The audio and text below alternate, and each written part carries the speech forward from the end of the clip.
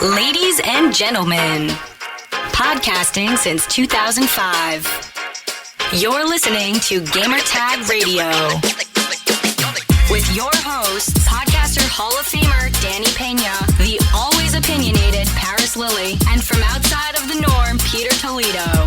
This is Gamertag Radio.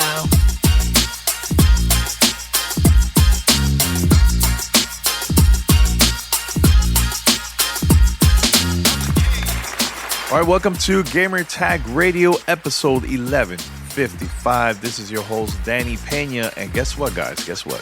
I have a couple things I'm going to be talking about for this episode. I'm going to be reviewing the Atari VCS. I got the console from the Atari team, so thank you so much for sending me everything. I'm going to be talking about that in a few minutes. Also, my experience at Podcast Movement and a couple other things here only on Gamertag Radio. So this is going to be a solo show. No Paris, no Pete, but the guys are going to be joining me in the next episode of GTR. So stay tuned for that. But first, head over to gamertagradio.com. Post your comments and feedback. Listen to our past episodes. You could also find us on any podcast app.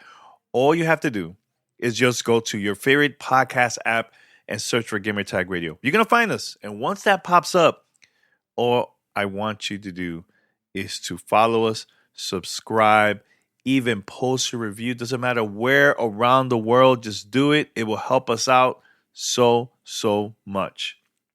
Now, if you have questions, comments, feedback, anything for us, post that on our future episode or segment of Fan Mail. Here's how you can contact us.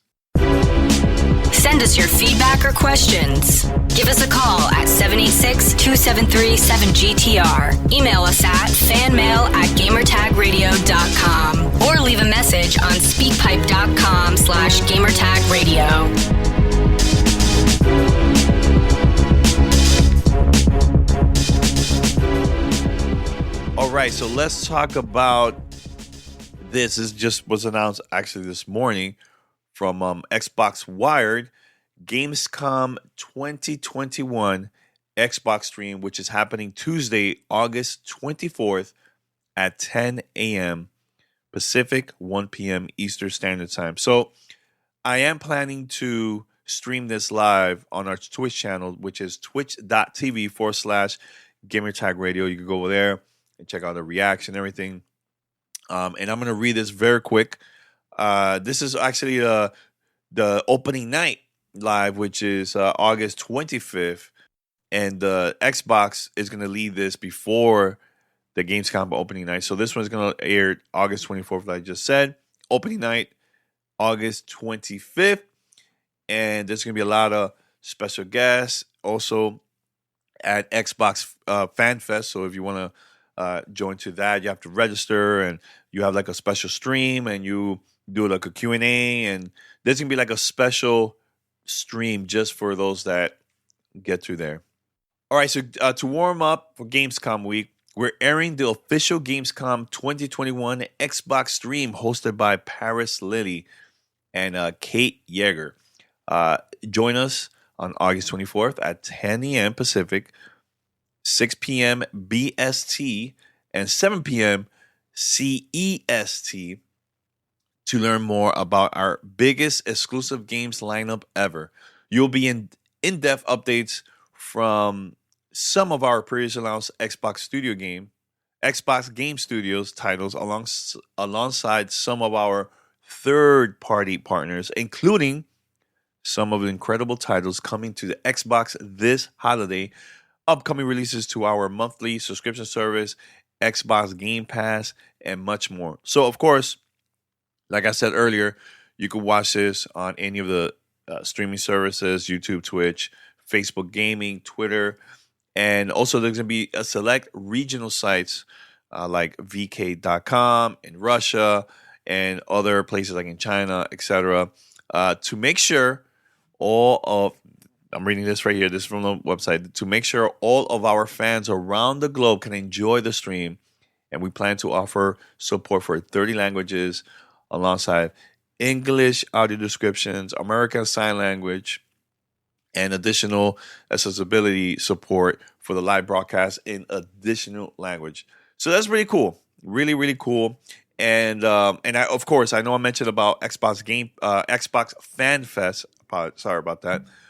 So if you would like to know more details about how to join Xbox Fan Fest, go to xbox.com/fanfest, or just follow the Xbox social media channels, Twitter, Facebook, Instagram, to get the latest updates. So yeah, of course they talk about some, they're gonna be some games on sale during Gamescom, etc. But the most important part is this, man. Like, yo, I'm super glad to see Paris is gonna be hosting this once again on August 24th.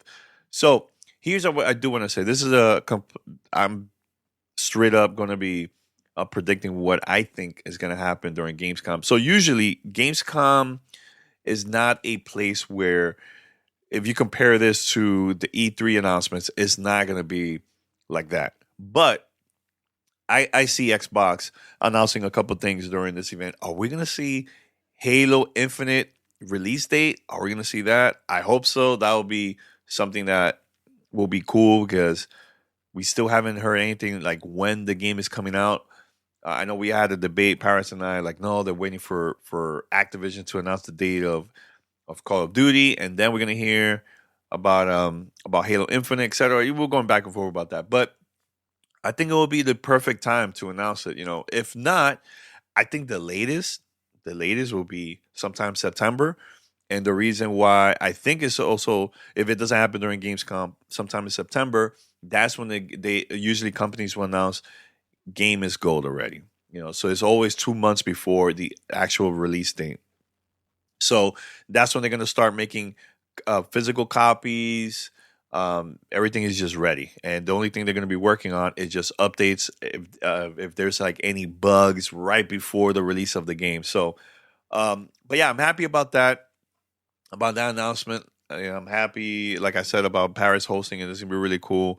But don't expect this to be, something like major like E3. There's gonna be some announcements that's gonna be for everyone. But usually, I remember a couple years ago, we were watching Gamescom, and we got to see some of the games that was announced during E3. But there was like one or two announcements that was brand new, and one of them was Tomb Raider coming to Xbox, which was an exclusive. And that game was not announced at E3, but it was announced at Gamescom. So expect things like that, surprises of stuff that they're probably like, you know what, let's remove that from E3, and let's save it for Gamescom. So we're probably going to see stuff like that. Are we going to see more announcements of any studios? I don't know. We'll see. Hopefully, that will be cool. If not, they could save that for other things. Now, I am wondering if we are going to see anything later this year for the 20th anniversary of Xbox. Because here's the thing: everything has been kind of complicated over here in the States with announcements of like having physical events. I think it's going to be all digital now because of what's happening now with the variant going on around the world. Xbox, Microsoft, they want people to be safe, so the company's not going to risk having an event live. So I think it's going to be digital all over again for the 20th anniversary of the company. So, but overall, I think I'm excited. I'm super excited for this. I'm going to see what Paris is going to be doing there, and Kate and everybody involved. It's going to be dope. A really, really dope event. And let me know if you guys are going to be watching this live. Remember, I'm planning to stream this live, cold stream, the same day, August 24th. Most likely, I'm going to start a little bit earlier, maybe like 9:30 a.m. We could talk and have some predictions. And then Gamescom is going to start from there. And we'll just, have our reaction there. But I'm also going to be streaming the Gamescom opening night, which is also the next day after that. So I'm going to co-stream that on Twitch, which is twitch.tv/GamerTag Radio. So if you're watching this, listening, please, if you can, let me know your thoughts. Go to Discord. That's discord.gg/GTR. Larry, let's continue with my recording about what happened to me this past week. Past week, I went to podcast movement that took place at Nashville, and that was a lot of fun. I was also there. I was on a panel with my friends Rod Greenlee and also Todd Cochran. They have a show called New Media Show. It's all about podcasting, industry, just industry conversation in there. And they invited me to talk about how is it to get money coming from the indie creative side, and I talked a lot about that. And you know me, guys, I'm always thinking about outside of the box. It's cool that we have, and I'm very excited. We have we're part of the Audio Boom network, and we talked a little bit about that. But the focus was, if you a new podcaster, how can you try to get like ads for your show? And I talked about all that. You also have to like think about this. You need to think outside of the box and not only depend on the major companies to advertise on the show. Instead, I mentioned this, it would be good for you to maybe talk with a local company, a local store, or something like that, where they will give you a nice advertising money for your show, and you could promote their products or their store or whatever it is they want to promote on your podcast. And you could build that trust, and from there you take it to the next level. But now you have a resume of people advertising on the show. So things like that we talked about. It was a lot of fun. And yeah, they also brought up a lot of like the technical stuff, like RSS feed and etc. We were like the last panel at podcast movement, and it was a lot of fun. Got to meet. I saw the Rooster Teeth gang over there. I saw a bunch of celebs. If you're into Big Brother, one of the winners from Big Brother years back, Derek was there with his team because he's also part of Audio Boom. He has a podcast about crime. If you're into wrestling, Eric Bischoff was there, which is, he's a legend in wrestling. Really cool to see. Questlove, to all my hip hop heads, he was there too, and he actually DJ for iHeartRadio. Not only that, saw Charlemagne the God and Jill Scott. They were also there. They had a panel about their new network from Charlemagne because Jill Scott just joined there, and it was a lot of fun watching it. Got to see a couple of panels, and it felt. Let me tell you this. It felt kind of weird because we're still in the middle of a pandemic, and me going to a conference like that. I still have my mask. I still had my hand sanitizer. So in certain situations where I'll take a picture, I'll take my mask off, But it was just weird. I'm not going to lie. Very, very weird attending an event like that, But it was fun overall, just seeing friends. I haven't seen people there like almost a year plus, 2 years, So, because I haven't been to podcast movement, man, like maybe the last one was in Anaheim. That was years back, where I went with Paris and a couple of community members locally in Los Angeles. We met up over there. That was the last time I went to a podcast movement conference, So, but overall, it was a lot of fun. It was just, weird because I felt like I think companies are not ready for conferences yet, because with everything that's happening right now, there was a lot of cancellations of flights. There was a lot of people that just canceled in the last minute because of the variant that's been also going around here in the States, and people just didn't want to take that risk, So that's number one. Number two, I noticed that a lot of people went the first day, second day, they bounced like later that night or something like that, or people just left early. They were just there for one day and that's it, So, but overall, great event. I know they're going to have another one in Los Angeles. It's called a Podcast Movement Evolutions. That's sometime in March. And then after that, they're going to have an official conference, and it's going to be in Dallas. That's going to be sometime in the summer. But Evolutions, I definitely want to go because that's over here locally, so I could just pass by and check it out, So, but it was good overall. Very, very cool. All right, so we have here this is a message also from our listeners. So it's time for my favorite segment. And remember, guys, you have the opportunity to create content that you could be involved and also get us involved, you need to send us questions. You send us questions that we haven't answered yet. So think outside of the box. I love people asking us cool stuff that we could talk about on the show. So it's all up to you. So remember, you can call us 786-273-7GTR or fan mail at gamertagradio.com. All right. It's time for fan mail. Fan mail at gamertagradio.com.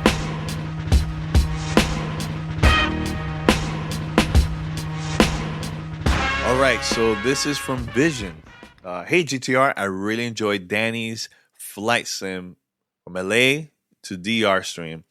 It was really funny when Danny was looking for the cabin lights in pitch black cockpit. Anyway, Danny, there is 2 add-ons I think you would be interested in. IFR and a jetliner, aka Learning Flight Jets training packs. It's in the Xbox Marketplace. Go check it out. Thank you so much, Vision, for that. Let me tell you, I had an amazing time streaming that. My flight, real time, real live weather from Los Angeles all the way to Dominican Republic. So the reason why I really enjoy that stream, one was because when I was flying, people watching the stream, they were telling me, okay, Danny, there's crazy weather up ahead. Just be careful. It's gonna be a bumpy ride, etc. Or people will see the name of the locations that I'm flying through, and they'll be like, "Okay, Danny, you're in so and so state. Okay, you're in this state. You're almost out of here." Like things like that. So it was very interactive. Just enjoying that flight with people, and I felt like I was flying in real place. So here's the thing. So when I started flying the last week. Actually, I went to New York and then I went to Nashville. I had that in my head the whole time. Okay, the pilot, okay, he's gonna take off now. Like y'all was just thinking like that the whole time and how he will land and if it gets bumpy. I had that the whole time because the amount of hours I've been playing a flight sim now on Xbox. So it was really cool. Really cool. But yeah, definitely Vision. I'm going to check that out, the add-ons, to see how this is. I know he says the IFR and jetliner. So this will help me to learn fly jets training packs. Okay, I'm definitely gonna try that. But yeah, when you said about pitch black, dude, it was nighttime. The only thing I got to see was the moon, and there was like this cloud of thunderstorm coming up ahead. But I needed lights inside. I couldn't figure it out. And here's the thing. One thing that I noticed, you have to be smart on what type of plane you select when you play flight sim. And the reason is it could get a little bit too complicated, So I had a couple people telling me what to do, etc. But it could get really, really difficult if you don't know anything about that. So the easier is the plane, of course, it's going to go really slow.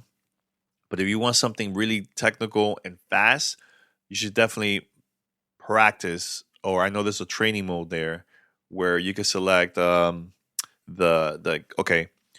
to do inside of the cockpit, which one is the buttons, etc. How the engine turn on, all that stuff. So it takes a while. But it's again, that was like my first time. Actually, my first time streaming, and that game was brand new to me. So I was just learning on the spot.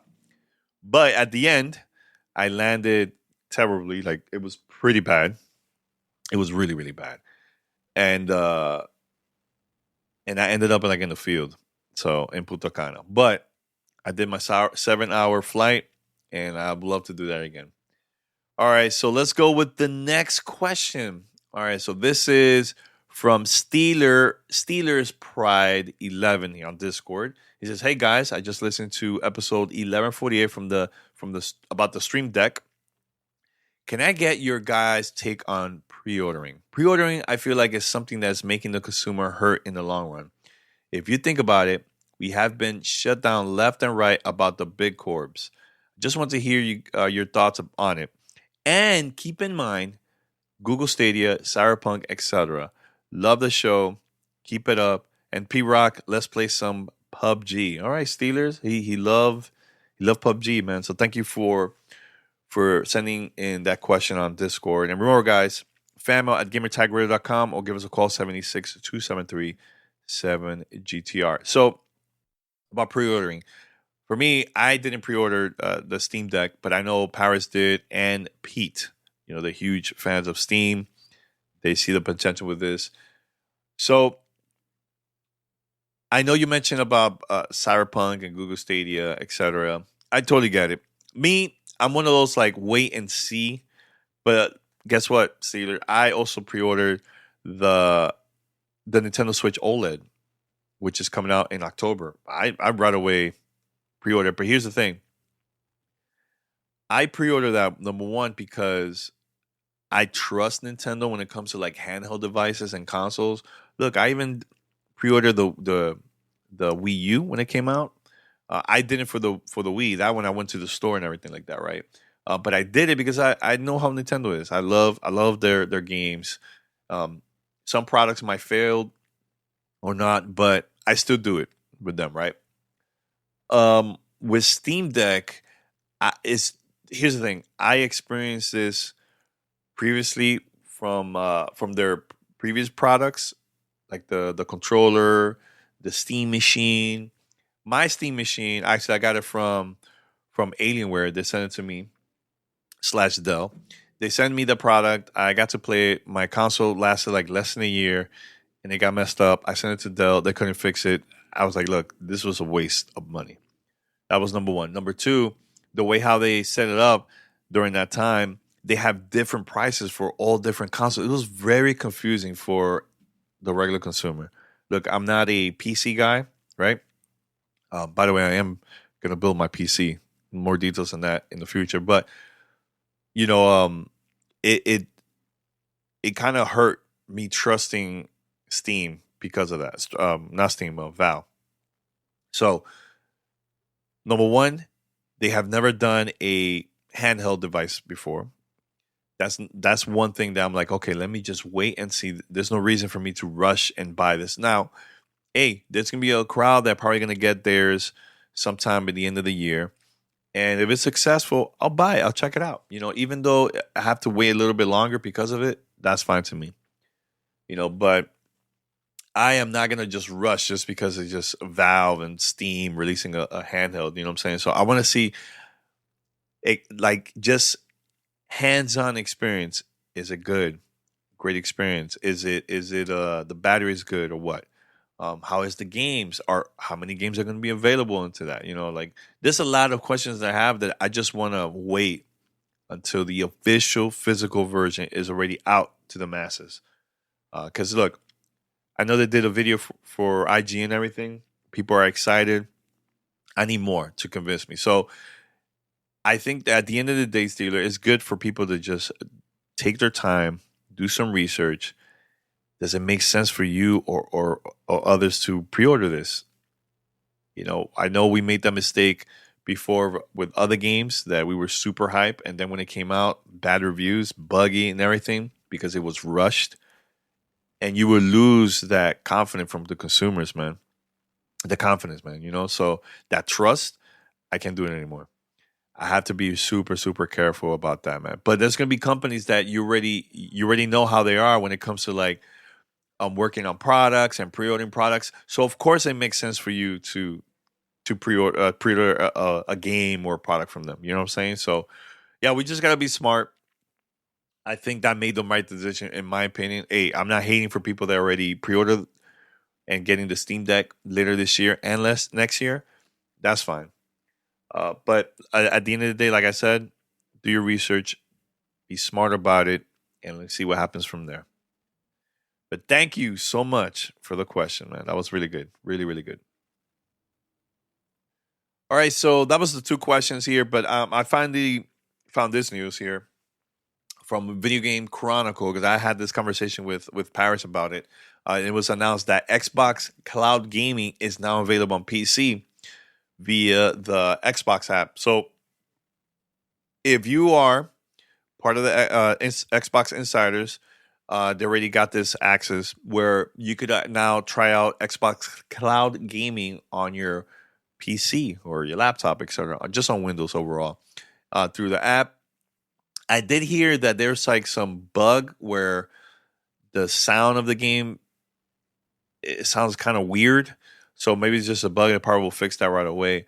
But all you have to do is just launch the Xbox app, and it says that this is from Microsoft.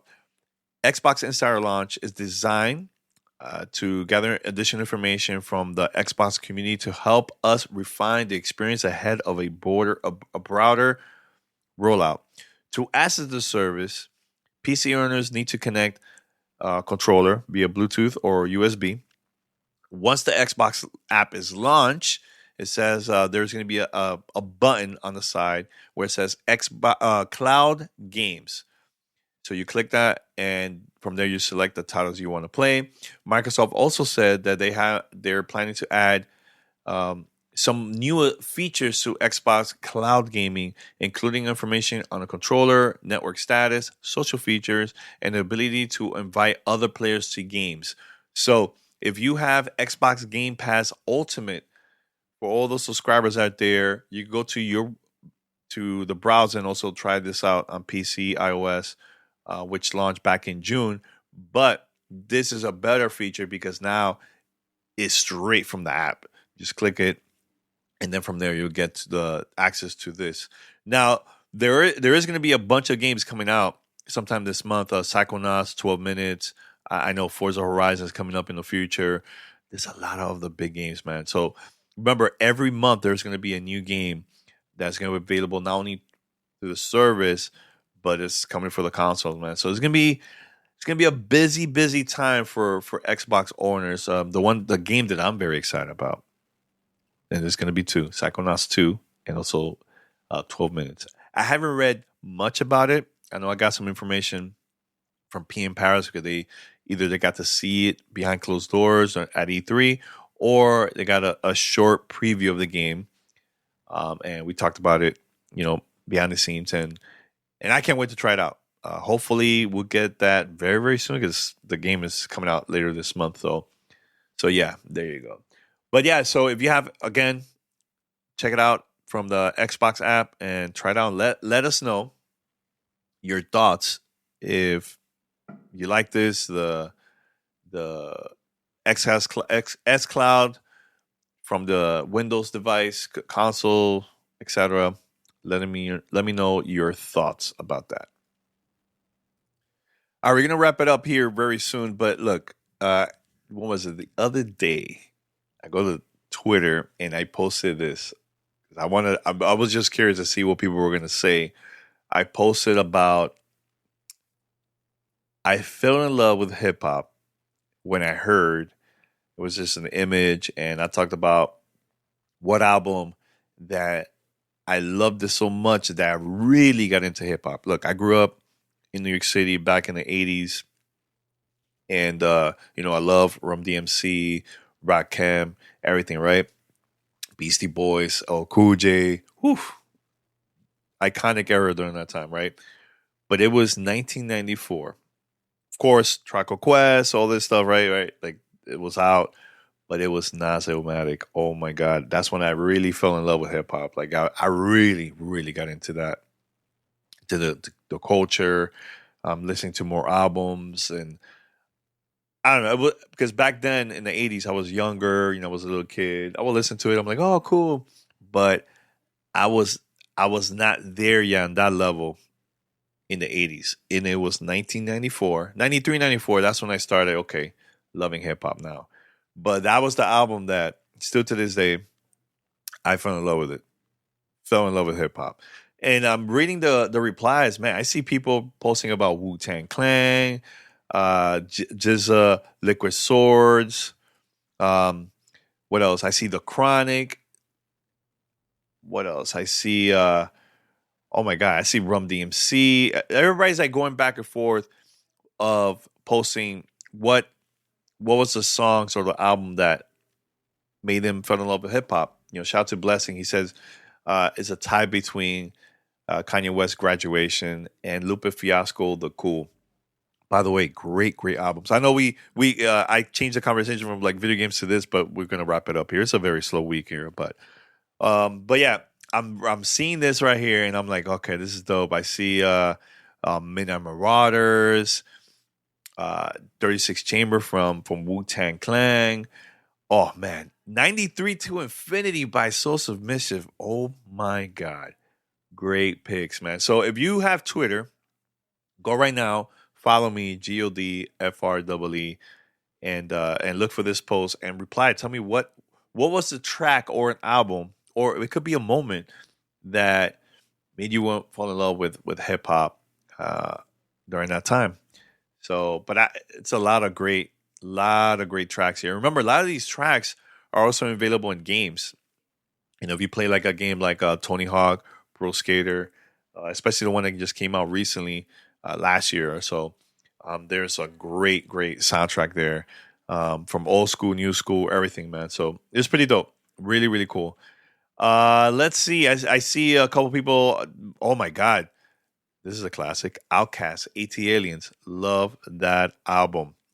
And by the way, I saw a tweet from Big Boy. It looks like, and tell me if I'm wrong, but it looks like we might see a new Outkast album in the future. That will be insane. I haven't heard an album from them in years. Very excited. I met them once. We did an interview for a hip hop newspaper that was part of back in the 90s. So I saw them in Miami. We interviewed and everything, and that was iconic, very iconic. So, but yeah. Post your thoughts. Let me know your favorite song, your favorite album, and we'll go from there. I'll interact with you guys if you hit me up on Twitter. You're listening to Gamertag Radio.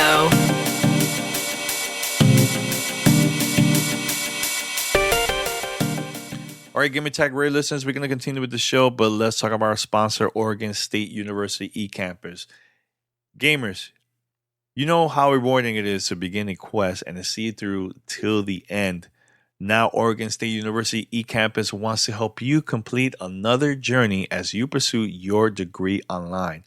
Oregon State University eCampus is a nationally ranked provider of online education, delivering more than 80 programs at a distance, and you can advance your career by earning a degree in fields like computer science, marketing, and natural resources.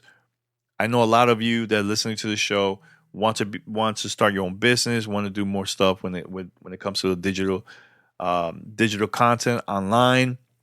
And I highly recommend for you to go right now to the official website, which is ecampus.oregonstate.edu/GTR, and just look around. They have a lot of programs to choose from, and you could definitely learn a lot by going there. But not only that, Oregon State eCampus is also backed by expert faculty, innovative online courses, and high levels of student engagement. Oregon State is ranked number 4 in the nation for online education by U.S. News and World Report. With eCampus, students in all 50 states and more than 50 countries, you will learn alongside a worldwide network of classmates. Plus, all online programs and classes are developed by the same world-class faculty who teach on campus at OSU. They're all designed to help you get where you're going much faster. Like I said, wish I had this back in the days. This is an opportunity for you to check it out. So look, go right now, visit ecampus.oregonstate.edu/GTR and go today to find the top ranked program that matches your interests. GTR listeners, one more time, that's ecampus.oregonstate.edu/GTR. This is Gamertag Radio. Voicemail at 786-2737-GTR. Let's talk about the Atari VCS. So Atari sent me the new console. They just recently came out like over a month ago. in stores. I know those that supported the system through Indiegogo got their systems early, and I got to see the reviews and feedback from people. And during that time, when they received the system, it wasn't ready. The dashboard wasn't ready. There was not a lot of games. It felt unfinished. But 6 months later, now it's in stores. More people are getting it. I know this is available now at Best Buy and a couple other retail stores around the nation, GameStop too. And the console costs right now with like a bundle $399. I know there's different prices depending what type uh, bundle you get. I think if you get the just a system by itself, I believe it's like $299 or so. But what I have is the one that comes with the joystick, which is like the similar to the console that came out back in the 80s, the Atari 2600, and also has the standard controller where we got this, what we have now, similar to like the Xbox controller or Nintendo Switch Pro controller, something like that, So I received the console, connected it. I know there was like a quick update, and I love the design of just the console. It looks really, really cool. The one that I have is black on the front. So when I turn it on, this is the part where I'm gonna talk about the good and the bad about the system. So I'm gonna keep it straight up real to you guys, and we always been that way. But when I turned it on, there was this weird loud fan noise that I'm like, maybe that's just something, maybe when you turn it on. But it was like randomly popping up depending on what I was doing on the dashboard. So it would just sound like the sound was very, very loud, similar to like the closest I could compare this to, not louder than the PS4 fan, a little bit lower than that, but it's up there, very, very loud. So I will download some games. Maybe it will pick up Wi-Fi. I connected it at first, Ethernet directly to the console, super fast, updated, downloaded a bunch of games. I also downloaded a Google Chrome, which I'm going to talk about that later on. But just experience on that alone, I wish the fan was like the sound was lower. If you compare to the systems that we have now, the PS5, the Xbox Series, both consoles, and also the Nintendo Switch, the fan is not loud. Sometimes you can even hear it at all. So that part, not a big fan of that at all. Number two is I noticed that there's a bunch of apps that you could also download that you don't have. It's like, think of it as this. You could play games and you could also watch Twitch, Netflix, YouTube, etc., right? The part where I'm not happy about and I wish that Atari makes this change is, okay, I could use my controller when I download an app like Twitch, I can navigate everything through there, right? But an app like Netflix, YouTube, and others, it says that I have to connect either a mouse and keyboard or use the app that you could download on your phone. Is called the Atari VCS companion app, and there you could connect it to the console, and you could control everything from there, like kind of like a mouse, right click, left click, all that, and you could also type in there. Now the consoles that we have now, I could do that everything through the controller, and Atari needs to make it in a way that it will be easier for the standard consumer, right? The mainstream consumer. Now, of course, hardcore gamers like me, we're gonna connect the keyboard and everything like that. But the regular consumer are not gonna do that. That's the thing that Atari needs to make these changes, and I think they could definitely do that just with a quick update. Have their own keyboard through there, etc., and let me control browsing the web with the controller instead of getting the phone, etc. You know what I'm saying? So I wish it was a lot easier when it comes to that. Now, I downloaded the games. Look, if you're a fan of Atari, especially the old school arcade games and all those games that came out back in the 80s for consoles, you're gonna like this because all the games are there, right? Now, There's a lot of new games that's available also that you could download through there. And also there's a service where you could also, yeah, the app is called Ant Stream Arcade. This is an Atari VCS, an exclusive version of the app where it have a large collection of games which you could try it out for free. It has both original and enhanced edition in there. So there's thousands of games similar to, if you think about it, very similar to Xbox Game Pass, but all this is like very old school games in there. And there's leaderboards. You could create your own profile. You could pay monthly, yearly. It's super cheap. And I really, honestly, I really enjoyed it because I love my old school games and I tried it out there. Like I was playing Metal Slug. They have other games you can compete and you'll see like the leaderboards of people that also are part of the service. And it was a lot of fun playing the classics Atari games in there and games that came out throughout the years, and highly, highly recommended. Now, there is another app where you could download through the Atari VCS, and it has a lot of the very, very old school Atari games that came out in the 70s, 80s, and 90s, which was awesome. And of course, there is the new games, which I'm gonna tell you one that I really enjoyed. I have the paper here because it's a lot of stuff here that I want to talk about. But all right, so Danger Scavenger is a twin stick shooter, but this game is also available on PC and other consoles, also Nintendo Switch, etc. But I've never played that on any of those versions, but I decided to download for the Atari VCS and I had a good time. Very, very good time. Highly recommended. It's think of it like a cyberpunk theme. Music is pretty cool. Graphics, it looks really cool overall. But see, the thing with Atari VCS that I wish we get to see more of like the exclusive. Give me 1 second. I want to see more of the exclusive games that is only available to Atari VCS. Like I noticed there's a couple games that's out for different platforms. So if you go to the store and you buy this for $3.99, the bundle and everything, right? What is the incentive of me or others to get that console? Is it because of the hybrid? Is it because of the games or what? Because I could do a lot of these things too on other platforms. So I enjoyed the concept of Atari, and I was always supporting their plans and everything like that. I just wish that there's more games available for the system. And look, they've been adding games overall in there. And I definitely have to mention this very quick too. This is very important.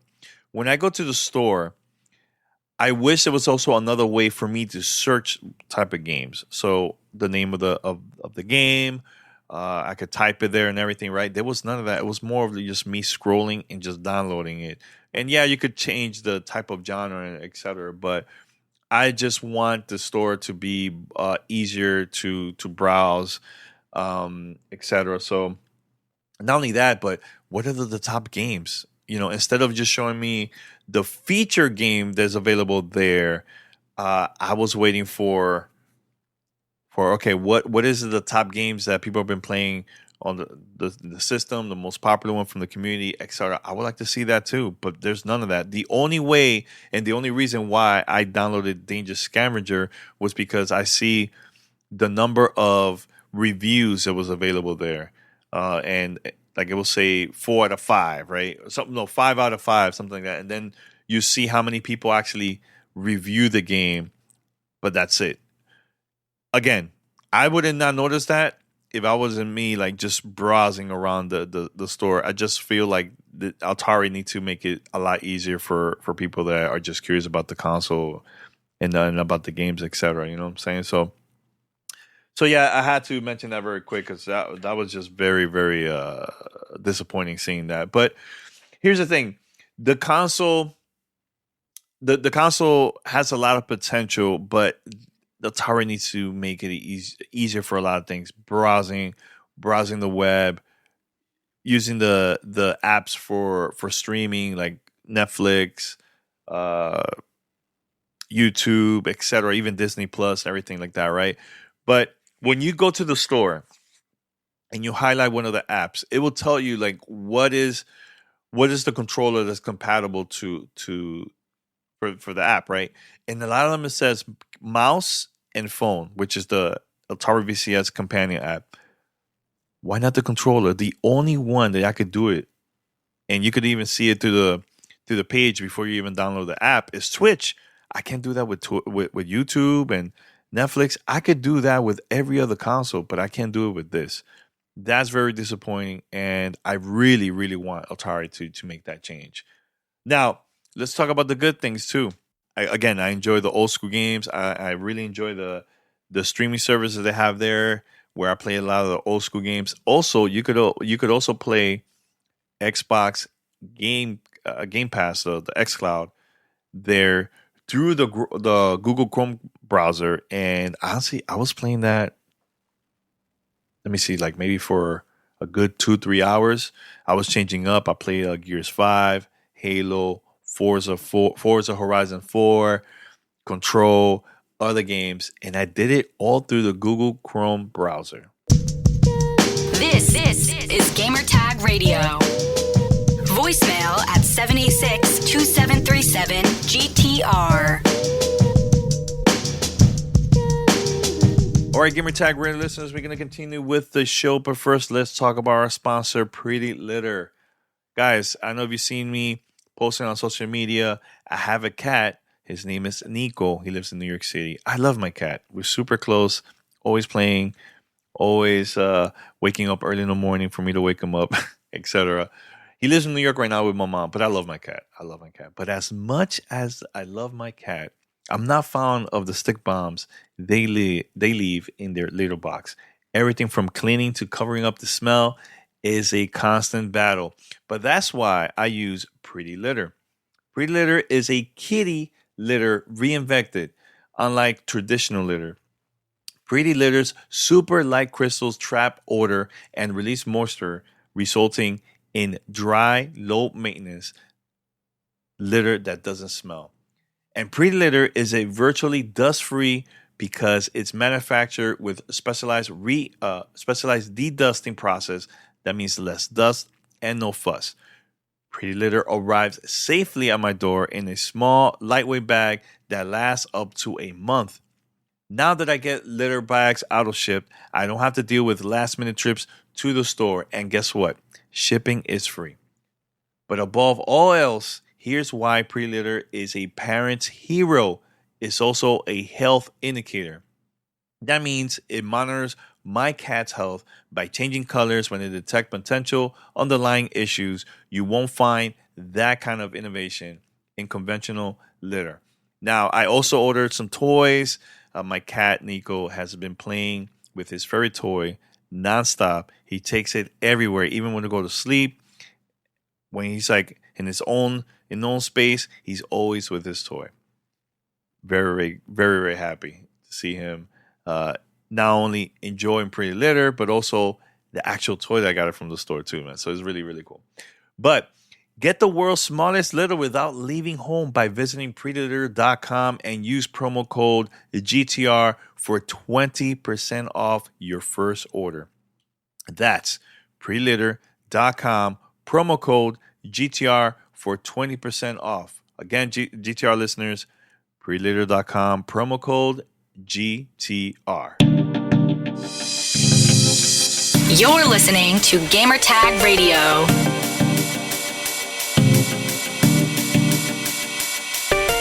Now, Atari should definitely take advantage of this if they want more people to buy the console. The reason is this. As of right now, there's no console out there that will allow you to stream the Xbox Game Pass like that. Smooth, no lag, and not only I could play Atari VCS games, but I could also play Xbox games. So here's what I think Atari should definitely do is either have a special app that will take you to the official webpage of xbox.com/play, where people could just pick up the controller. It could be the Atari VCS controller, or connect the Xbox controller to the system, and it will allow you to play. or through Bluetooth, which we're going to talk about that in a few minutes. But that part I think will be awesome because now a whole new community, a smaller community, of course, are going to actually play Halo.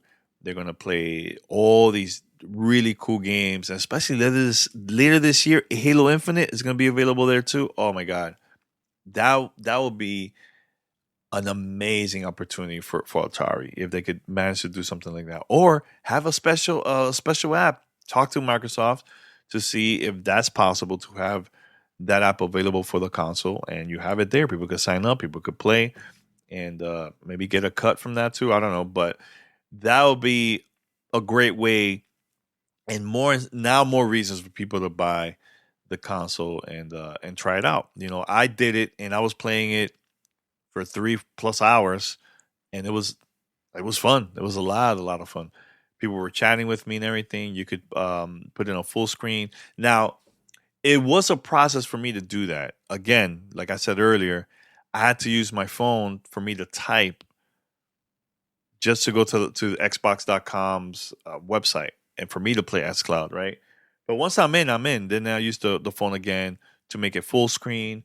Now, if I have the original controller connected to the console of the Atari VCS, it wouldn't allow me to browse. It wouldn't allow me to actually play the games at all. Nothing was working. Now, when you have the Xbox controller connected through USB, everything works fine. I tried to connect it through Bluetooth, and for some strange reason, it was not picking up at all. I tried everything. I was holding it from the back of the controller. I tried also from the console. It wasn't connecting. So I hope Atari knows about this, so they could try to fix this issue. Because again, another opportunity. Someone buy the console. Now they have an opportunity to add their own controller they bought a while back of the Xbox, right? Connect it here and play not only the games from Atari, but also Xbox Game Pass. So that's an opportunity that they could do too. So again, the system has a lot of potential.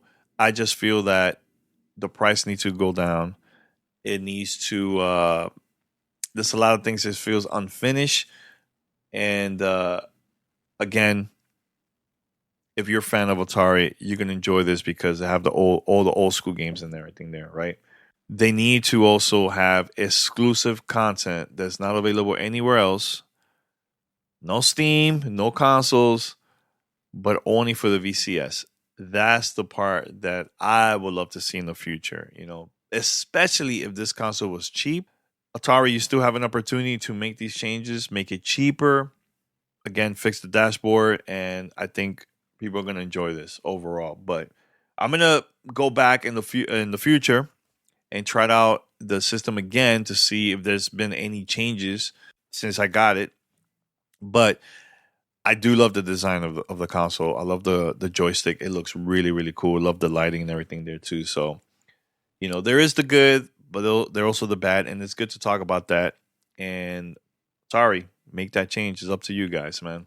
All right. But shout out to Atari, Michael, the whole team over there for sending me the actual console. And we're definitely going to be talking about it more here on Gamer Tag Radio. But if anybody has any questions about the console, any questions, please send it to me, fanmail@gamertagradio.com, or give us a call, 786-273-7GTR. That's 786-273-7GTR.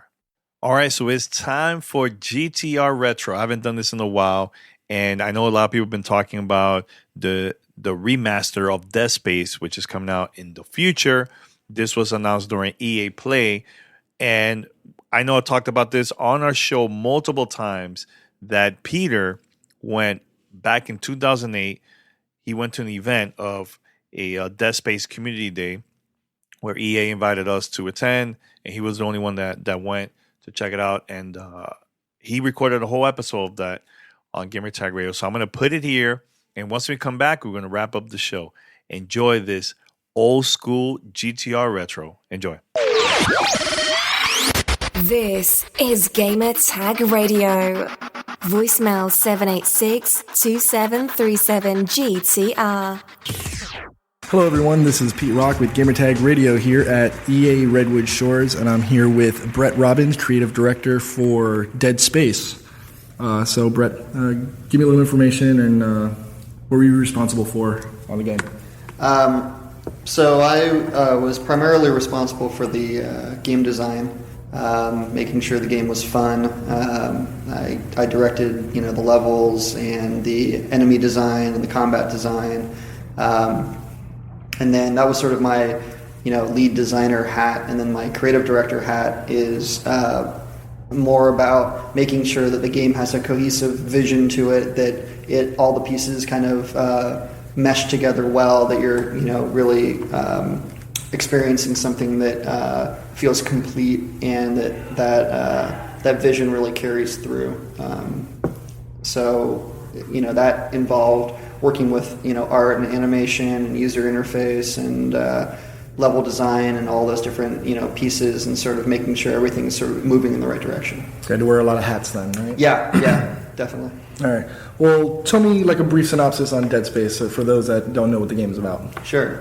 Dead Space is a third-person survival horror game. It's science fiction. Takes place in the not-so-distant future. And basically the general story is that you play Isaac Clarke, an engineer who specializes in these huge deep space mining spaceships. And technology and sort of man's reach into the universe has gotten to a point where we don't just mine underground. We actually mine entire planets. It's called planet cracking, and they'll basically rip apart an entire planet to get all the resources out of it. So one of these planet cracking ships has suddenly gone dark. They've lost communication with it. And Isaac and a small security team is sent out to kind of just investigate what happened. It's not necessarily anything they're too worried about. These things kind of happen occasionally, so they just send out a small team. But when he gets there to the ship, he realizes that something far, far worse has happened, and things go bad from there. All right. Well, you mentioned it was a third person. What was there a reason why you went third person as opposed to first person view? Sure. Yeah.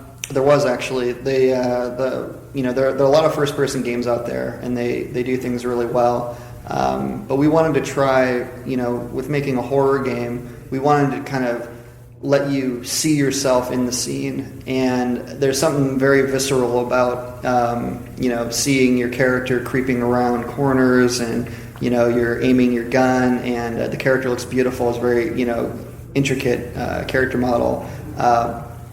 And also, we kind of specialize in gruesome player deaths. So having, if you're a first-person game, you can't really see much, but in a third-person game, you can see the character get ripped in half and his head torn off and all the other horrible things we do to him. So that, to me, kind of, increases the level of tension and the fear, and so it seemed like a good decision to do. Okay. Well, I noticed while we were playing the game that the character is pretty much on the left-hand side of the screen. Is there an option or a way to move the character to the right for some players who are more comfortable playing with the character on the right side of the screen as opposed to on the left? Right. We don't. No, you have to play on the left side of the screen. And what's funny about that is, we have one of the things I had talked about earlier was in my presentation was we're not doing cutscenes. Everything's in-game, real-time happening all around you. Well, we actually had to kind of construct those scenes to work for a left-biased character. You're walking down a hallway and something jumps out. Well, the player could be blocking you seeing that, so things get kind of on the right a little bit more and stuff like that. So, if we had allowed you the option of playing, swapping the character over on the right side, you'd be hiding all those details. So it ended up being a conscious choice, so we needed to keep them on the left. Okay. Well, I remember earlier when we had the round table with Glenn Schofield, mentioned that he had like a core team of 18 people that he started. Were you one of them? Yeah. It was, really Glenn and I were the ones driving the whole initial vision of the game. He and I had worked together. We've worked together for 12 years. And we both really wanted to make a science fiction horror game. And when we had the opportunity, when EA kind of gave us the opportunity to make a new game, it was us that came to them with the idea. This was something we'd want to do for a long time, and they went with it, and they basically took a chance on us. So yeah, as the creative director, I was responsible for really driving the game design, and Glenn and I were both responsible for driving the vision of the game. So I've been there from the start. It's been almost 3 years. And we're almost done, which is pretty amazing. It looks great. For some people who don't know, you guys are doing, I believe it's called IP Cubed or IP3. Right. So how does the game tie into the animated comic that's been out, and the anime feature movie that's coming out? Right. Well, what we decided to do was, the video game starts at a very specific spot, kind of what I was describing, where Isaac is arriving to this ship, the Ishimura, and is trying to find out what happened to it and why they're not getting any communications from them. Well, as he starts going through the game, he starts to uncover what's happened.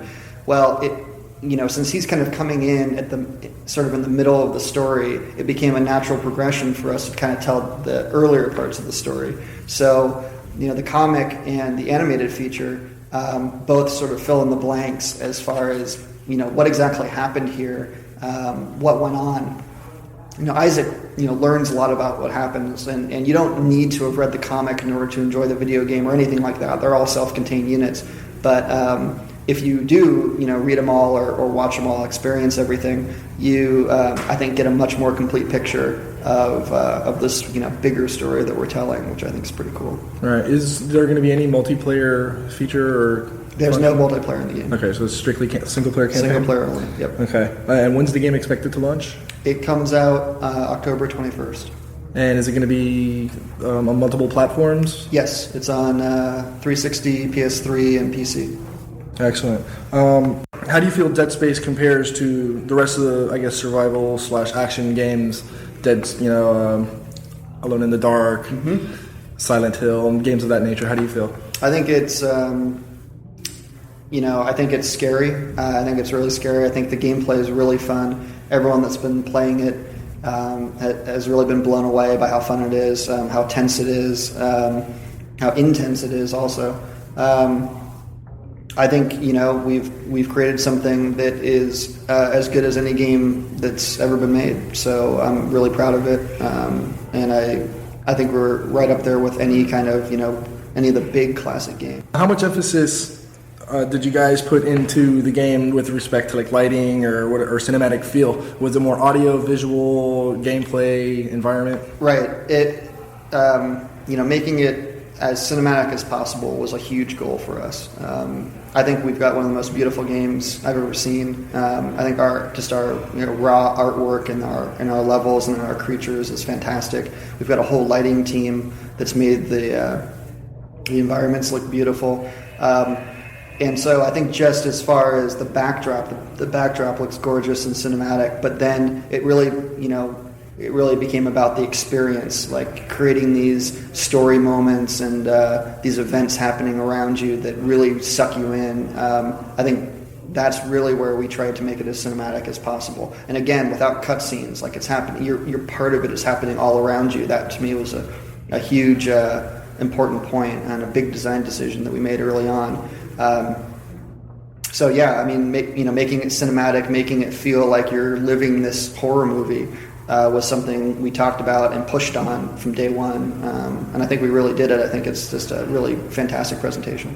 Well, I know Glenn also mentioned that you guys are kind of in the works and thinking about Dead Space 2. Do you guys have any idea of whether it's going to be a prequel, sequel, or anything you want to let us know? We have no idea. It's anything's possible.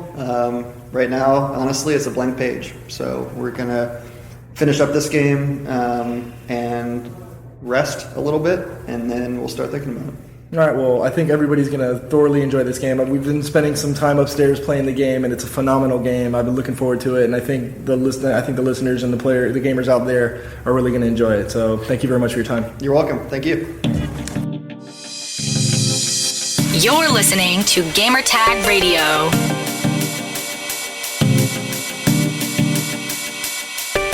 All right, this episode is sponsored by Namecheap, who is offering all Gamertag radio listeners an exclusive deal. Take advantage of this right now. Get a .live domain name for only $1.99. .live is the perfect domain and brand name for gamers, live streamers, and esports players. Seamlessly redirect your live streams to Twitch, YouTube, Instagram, or any streaming platform. Promote your .live domain name in your bio, social posts, live shoutouts, and stream chats, and grow your fan base today. But if .live is not for you, Namecheap's got another offer for anyone who is thinking about starting a new website. All GTR radio listeners can get 30% off any non-premium domain name, including .com, and other popular extensions. To access either of the deals, go to right now namecheap.com and select any non-premium domain name and enter the code GTR in the promo box at the checkout. So you're asking, what is Namecheap? Namecheap is the world's second largest domain register and a top service provider for everything you need to launch an amazing website. Namecheap has been an industry leader for more than 20 years. That's right, 20 years. Their mission is to make internet accessible and affordable for everyone. Namecheap offers hundreds of domain extensions for traditional .com, .net, to even .gg and .live, which has become a go-to for many gamers and streamers. So let me repeat this again right now. Namecheap is offering Gamertag radio listeners a .live domain for only $1.99. The original price is $20.88 plus 30% off any non-premium domain name for its first registration. The offer cannot be combined with any existing sales, but can overdrive any current sales if its discounted is less than 30%. So go right now to get your .live domain name for only $1.99 or enjoy 30% off any other non-premium domain. Go to namecheap.com, search for the desired domain, and use the code GTR at checkout. This is Gamertag Radio. Voicemail at 786-2737-GTR.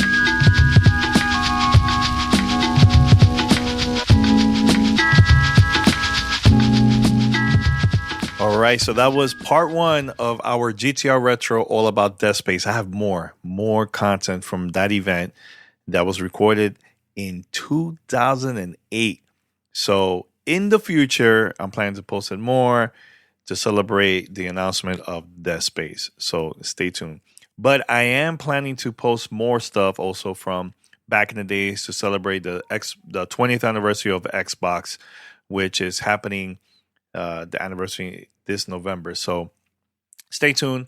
I have some ideas of stuff that I'd like to post on the show just to share it to you guys, because we have a lot of young listeners that just started listening to GTR and have never listened to the content that were recorded back in those days, in the early 2000s and when GTR launched back in 2005. So stay tuned. I have some ideas and some surprises for you guys. So it's going to be a lot of fun. All right. So we're going to wrap it up here. We had a lot of conversation here about Atari VCS, about podcast movement, about a lot of things, even fan mail, asking questions from the fans. And I also ended the show with GTR Retro. This is from a Dead Space Community Day that was recorded back in 2008. And that was for you guys. And please let me know your thoughts about it. You're not going to find that content anywhere else, because GTR was the only podcast at that event. So stay tuned. More surprises coming in the future. Can't wait. All right, so head over to gamertagradio.com, post your comments and feedback, listen to our past episodes, and you could also find us on any podcast app. Just search for Gamertag Radio. We're there. Subscribe, follow us. Also, post a review. It's going to help us out a lot. And also, another thing that I do want, look, guys, we're getting a lot of listens, a lot of downloads, but we want you guys to take action, and that is for you to send us questions for fan mail.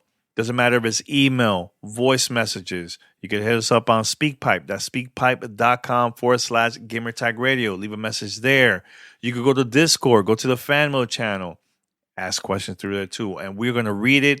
We're going to post the audio here on GTR. We're going to answer it. But we can't do that without you guys. So send us questions and also mention your name and location when you're from, because we want to know where everybody's calling from, and also we'll give a shout to your hometown, your city. All right. And so here's how you could contact us and leave a message for fan mail. Send us your feedback or questions. Give us a call at 786-273-7GTR. Email us at fanmail@gamertagradio.com or leave a message on speakpipe.com/gamertagradio.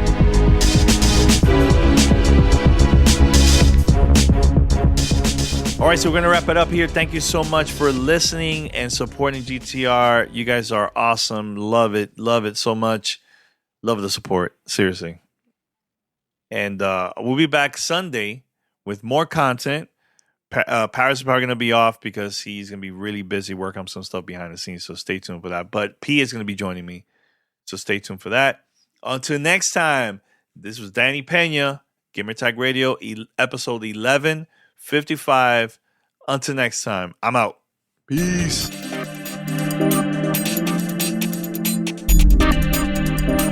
Thanks for listening to Gamer Tag Radio. Be sure to like us on Facebook and follow us on Twitter.